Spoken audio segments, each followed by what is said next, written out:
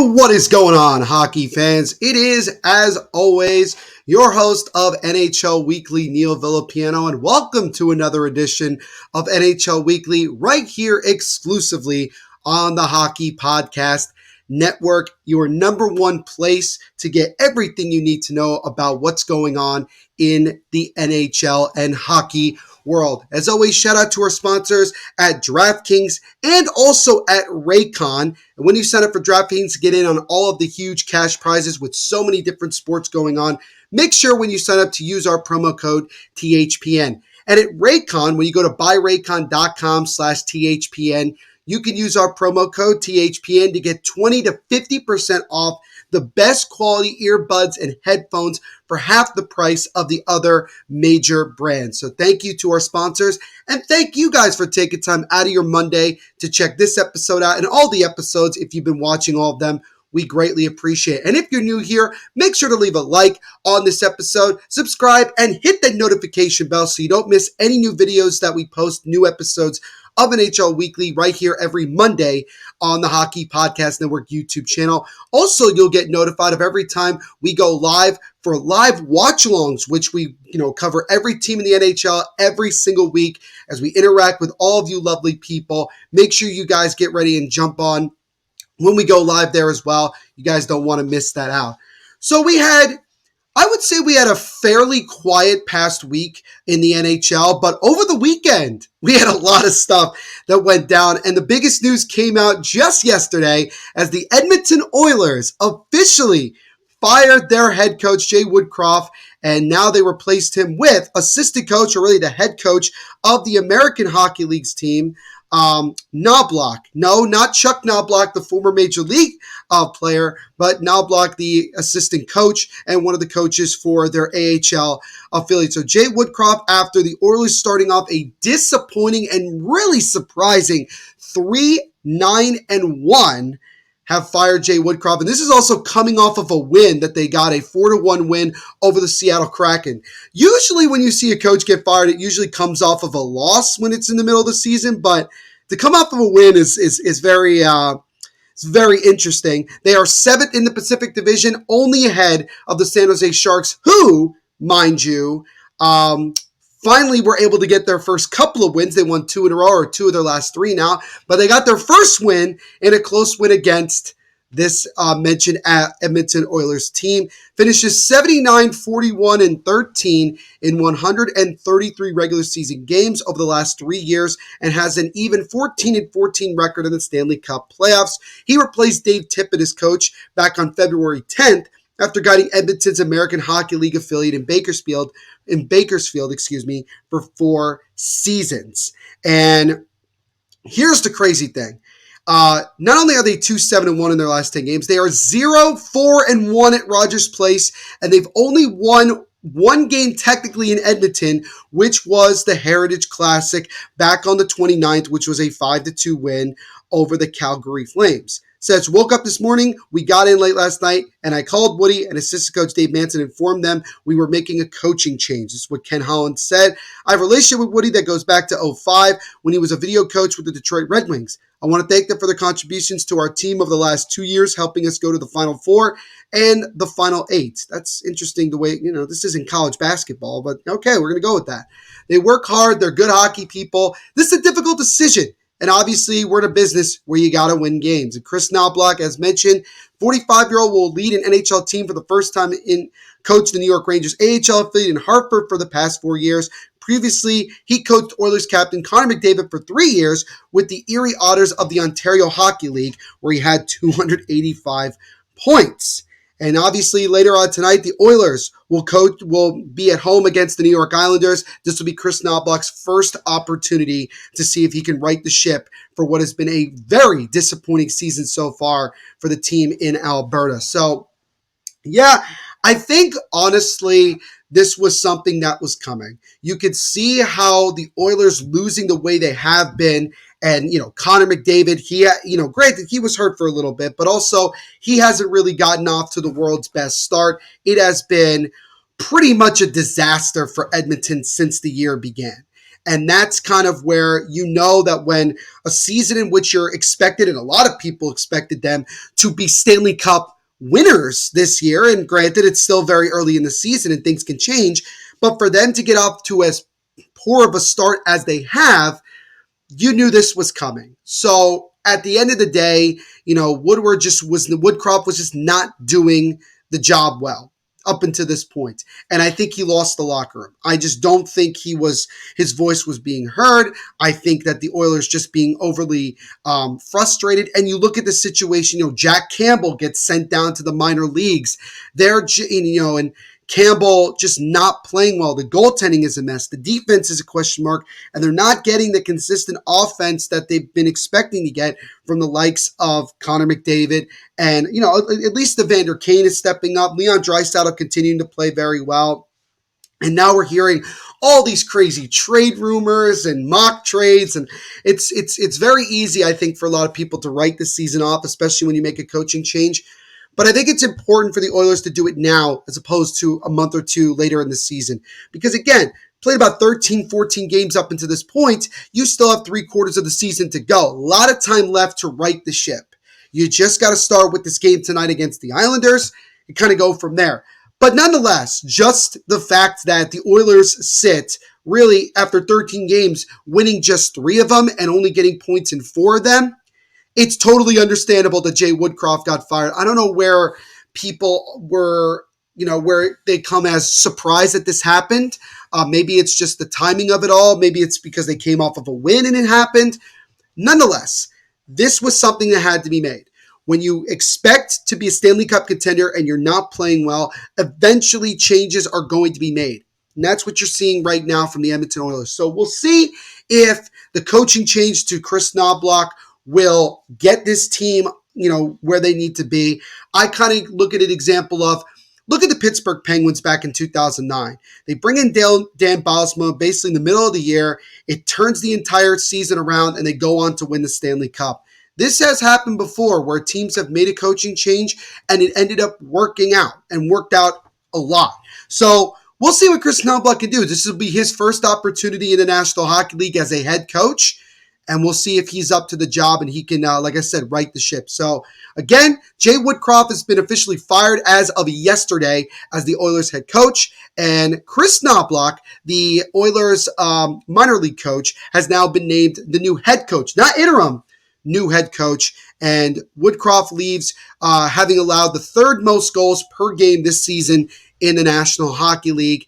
And we will see what can happen moving forward. And again, it starts with the Oilers game tonight at home against the New York Islanders, and we'll see if they can finally get their first win at the Rogers Center and kind of get this season back on track. So that was kind of I would say that was probably the biggest news that we got in terms of, breaking news that really just kind of gets it. But we did have some other things that happened. The next thing that we heard, which was also yesterday, was Pavel Francouz of the Colorado Avalanche has been ruled out for the rest of the season. Also, they did sign Joel Kiviranta, if you remember Kiviranta from that Stanley Cup final run from a couple years ago from the Dallas Stars. He is now with the Colorado Avalanche. So, according to Corey Masizak of the Denver Post, the Avalanche, with their first significant bit of short-term injury-induced adversity, but there's clarity. One of its long-term concerns is Pavel Francouz, who was a big help to the Avalanche 2 years ago, winning the Stanley Cup, will miss the remainder of the 2023-24 season. He has not been on the ice with the team this year since they got underway. He is projected to be the backup goaltender to Alexander Georgiev and played in only one of the team's final 33 games, had an off-season surgery. And that is a big blow. Colorado now has $9 million in salary relief above league's cap ceiling because Landeskog, $7 million, who's out right now, and Francouz at $2 million, will spend the rest of the season on long-term IR. So this is obviously somewhat of a frustrating blow if you're Colorado. Again, Francouz hasn't played all year, so it hasn't really fully affected them. Colorado's still playing very well, but obviously you would like to have both of your goaltenders at full strength. So now it'll be really interesting to see what the Avs do moving forward. I don't think they're going to do anything drastic right now. I mean, again, Alexander Georgiev is their starter, and he's been playing pretty well. So I think that the Avs and Joe Sakic are not going to hit the panic button. Maybe they look after a backup goaltender. I would look at a team like, from a backup standpoint, I would look at maybe like Calgary with Vladard. Excuse me, I don't know why I was screwing up my words there, but Vladard, maybe he becomes available later in the year. Who knows? Because obviously now we're into this part of the NHL world.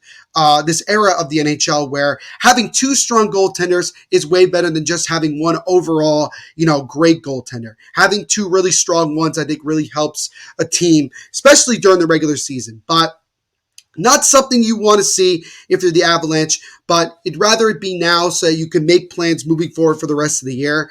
So somewhat of a blow for the Avalanche, as they'll be a little bit short-handed in terms of talent on the back end. Luckily, again, they still have Alexander Georgiev, but goaltender Pavel Francouz is out for the remainder of this season, as he will be put on long-term IR. So now the Avalanche have a little bit more than $9 million, as they put it, in salary relief above the league's cap ceiling. So, a little bit of help. A little bit of help goes a long way. As mentioned before, they also did sign for Joel Kiviranta to a one-year, two-way NHL contract. He had been playing for the Eagles on the AHL deal and was in camp with the Avalanche on a PTO. So he finally earned an NHL contract, and he'll be up with the team. He had 2 goals and 6 points in 10 games for the Eagles. Could join the Avs in Seattle for their game later on tonight against the Kraken here on Monday night. They also recalled Sam Malinsky. Coach Jared Bedard said there were several players banged up after their absolute, getting their butt kicked 8-2 Saturday night to the St. Louis Blues. And also Arturi Lehkonen and Andrew Cogliano, who missed the Blues games because of injury. Arturi Lehkonen, by the way, has been put on IR as well. So the Avalanche, who have gotten off to a really solid start this year, are now a bit banged up. And I guess only time will tell to see if they're going to be able to recover from that. But the big one right now is Pavel Francouz, the backup goaltender, or who was the backup goaltender, has been put on long-term IR and will be out for the remainder of the 2023-24 season. Now, I want to stick with goaltending because we did get a little bit of sad news. It sucks. We are now into the third consecutive episode in which we have a little bit of sad news to share, as former Flyers goaltender Roman Chetmanik has passed away at the age of 52, as it was reported here, and it's been reported a bunch around the NHL. Read you a little bit here. Roman Chetmanik, a former excellent goalkeeper, died at the age of 52. He was Olympic champion from Nagano in 1998, 3-time world champion. The circumstances of his sudden death at this time are still unknown. It was known that the native of Zlin had serious financial problems in recent years, due to which he also appeared before the court. And during this period, he divorced his wife, Dagmar.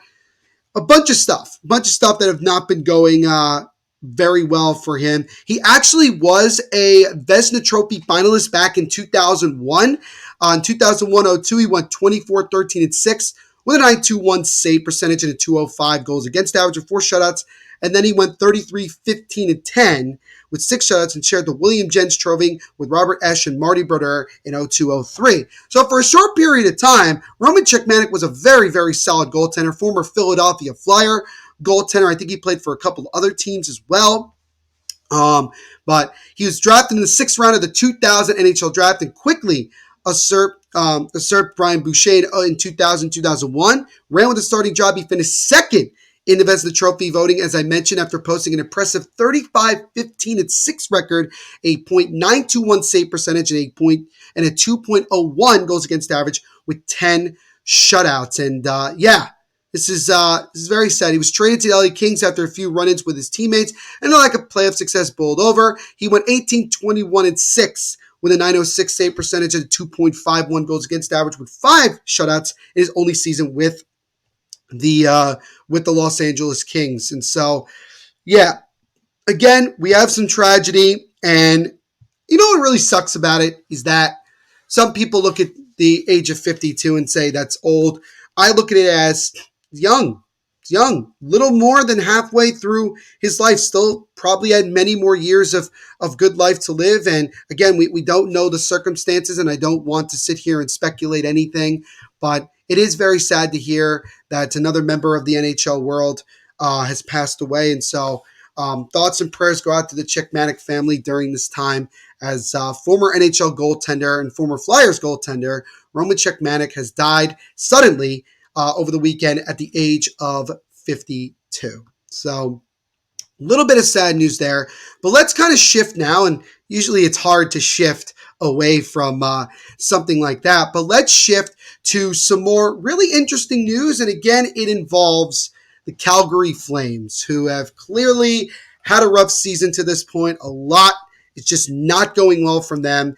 And another one of their main players has reportedly asked for a trade, as Flames defenseman Nikita Zadorov, through his agent, has reportedly asked for a trade following the big hit that he got on against the Leafs over the weekend. Zadorov's agent tweeted about his client big hit on Leafs forward Tyler Bertuzzi, and then told Leaf fans to get their tickets. So it kind of sounds like that not only does Zadorov want out, or at least his agent wants him out, but that he wants to go to the Toronto Maple Leafs. Now, there are other teams out there that have reportedly been interested in his services. One of them is the New Jersey Devils, and a couple of other teams, mostly contenders here. But Kevin Weeks of ESPN was the one that first put this out. Fresh off a goal and a big hit against the Maple Leafs, I'm told that Zadorov, through his agent Gold Star Hockey, Dan Milstein, has requested a trade from the Calgary Flames. Now, here's kind of something else to keep in mind. That Zadorov is looking for a pretty substantial payday from basically anybody, and that talks have really just not been happening between him and the Flames. And it seems more and more likely here, especially with the season going the way that it's going, that he, as well as probably Noah Hannafin, Elias Lindholm, and others, will probably be out the door at some point this season. Pierre LeBrun says, source confirmed this is the case, so let's see where this goes. Believe his camp led by agent Dan Milson, hoping for a quick resolution. The 28-year-old has a goal and 4 assists in 12 games, and he's in the final year of a 2-year deal that carries an AAV of $3.75 million. He will be an unrestricted free agent at the end of this season. And again, it sounds like from at least just the agent standpoint that he really, really wants his client to be with the Toronto Maple Leafs. Now, the Maple Leafs are rumored to be involved with a bunch of guys. I mean, the Leafs are always rumored, right? The Leafs are always rumored to be interested in any kind of player with a big name, right? It's like the Rangers back in the 90s. It's the same type of feeling right now. Do I think the Leafs end up getting him? I could see it. It's going to be a little bit of maneuvering. Nobody really in the NHL has enough cap space to make it work just simply trading the player. They're going to have to do some salary movement. Be curious to see where that goes with that. But it's also been reported that the Flames are not in any rush to make that move, the Zadorov trade, or really a trade for any of their players right now, that really they're just going to let this play out. And unless they get a big-time blow-away deal right now, I don't think Nikita Zadorov nor anyone else on that team is going to get dealt. You don't see it very often where a player requests a trade like that and then immediately is going to get dealt. Unless they decide to purposely make life a living hell in that locker room to the point where the Flames are forced to make a move and get rid of him, I just don't see it happening. And, if you look at it so far, Craig Conroy, it's...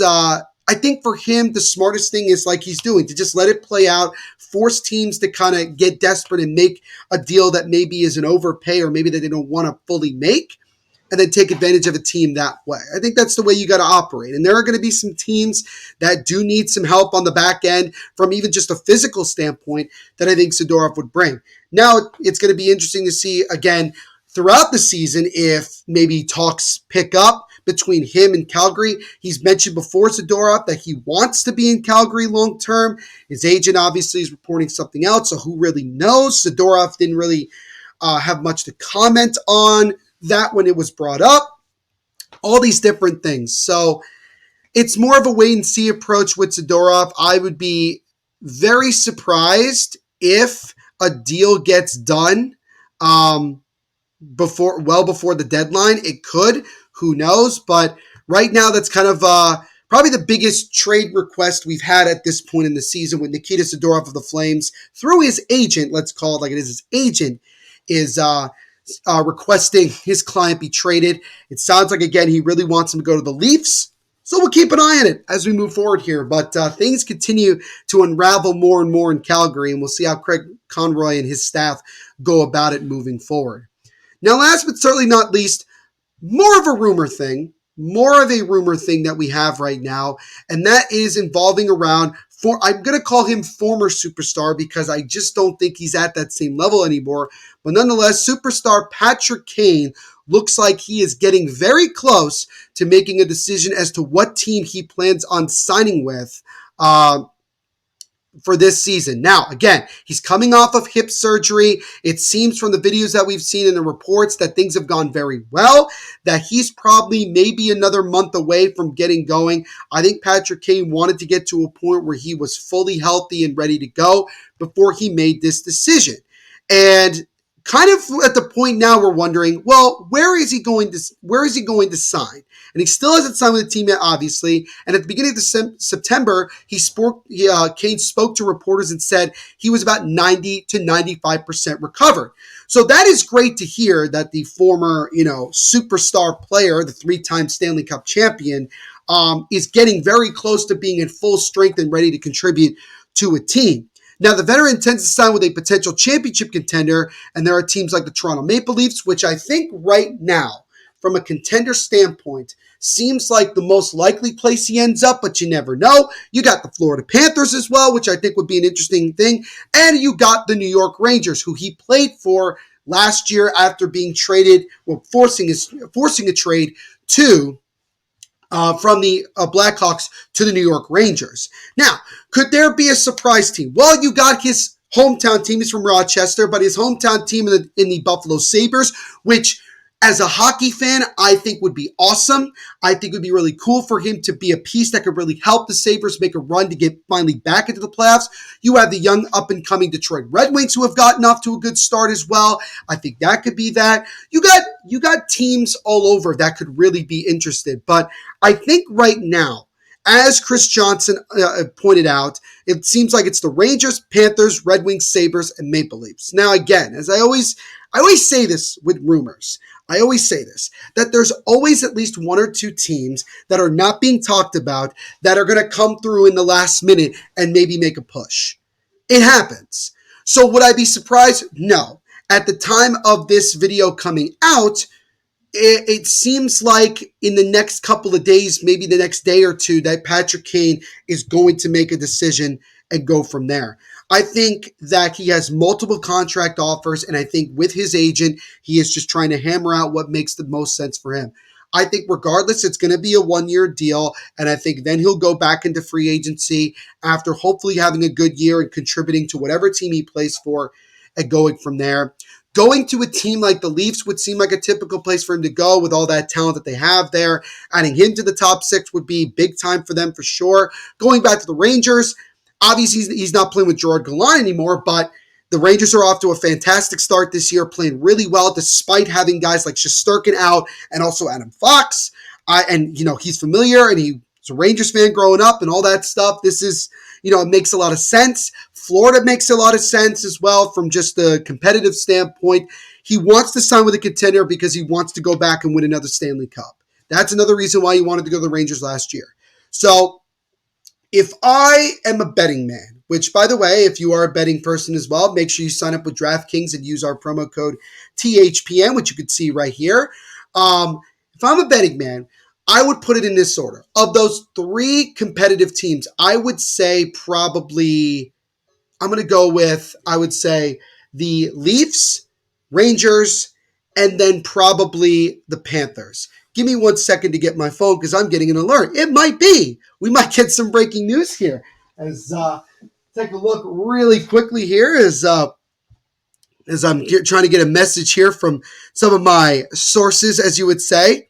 Doesn't look like it, but I am getting some actually interesting news. Jack Hughes of the New Jersey Devils looks to be joining the team on their up-and-coming 2-game road trip. They go to Winnipeg on Tuesday, and then they go to Pittsburgh on Thursday, that he may join the team. Now, that doesn't mean, obviously, he's going to be healthy. He's still probably another week or two away from recovering from that shoulder injury he suffered a week and change ago. But nonetheless, just something to keep in mind. But going back to the Patrick Kane thing, like I said, I think it's Toronto, the Rangers, and then the Florida Panthers. And the wild card to me, again, is Buffalo, that he goes to Buffalo. But if, again, we're talking about contending teams, Buffalo's not there yet, and neither is Detroit. So those three teams that I just mentioned, again, the Leafs, the Rangers, and the Florida Panthers, I think are the three most likely places. And my prediction is that he ends up signing with the Toronto Maple Leafs. That could be another reason why maybe they don't make a deal for Zadorov right now, because they're working on the Patrick Kane thing. So we'll see. But the bottom line is that Patrick Kane is currently very close to making his decision on where he'll play for the rest of the 2023-24 season. And we'll see where Showtime takes his talents, and let's see if he can contribute to a team and try to get them to another Stanley Cup, and for him to get his 4th Stanley Cup of his career. And so on that note, guys, that's going to wrap it up for this edition of NHL Weekly. As always, thank you guys so much for taking time out of your Monday to check these episodes out. Again, new episodes every single Monday here. And we really do appreciate it. Don't forget, again, to leave a like on this video, subscribe, and hit that notification bell so you get notified every week when we post a new episode of NHL Weekly. Also, when we go live for NHL games as well, for a live watch along, you can interact in the live chat, hang out, and have a great time. It's so much fun. You get to meet so many of the hosts throughout the Hockey Podcast Network, including myself, and I really recommend you guys go check those out as well. Make sure to follow the Hockey Podcast Network on Instagram at HockeyPodNet, and also on Twitter at HockeyPodNet. You could follow my Twitter account at The MVP Show as well. Also, little self-plug, don't forget to check out my podcast, the Devil's State of Mind podcast, which, if you could guess by the title, covers the New Jersey Devils right here as well on the Hockey Podcast Network. New episodes every weekly covering everything there is to know about the New Jersey Devils. I'll have a new episode coming out actually tomorrow on Tuesday, November 14th. So make sure you guys are there, and also check it out wherever you listen to podcasts. And if you're on Apple or Spotify, do us a favor and give me a 5-star rating on either. It really does help out the podcast. You could follow it on Twitter at Devil's State, Instagram at Devil's State of Mind. Also, give us a like on Facebook, and go subscribe as well here on YouTube to the Devil's State of Mind podcast. Would really, really help out as well. But again, thank you all so much for hanging out with us here for another episode of NHL Weekly, and we will see you in the next episode. Everyone, continue to be the awesome people that you are. Have a great week. And as always, hockey fans, make sure to rock on.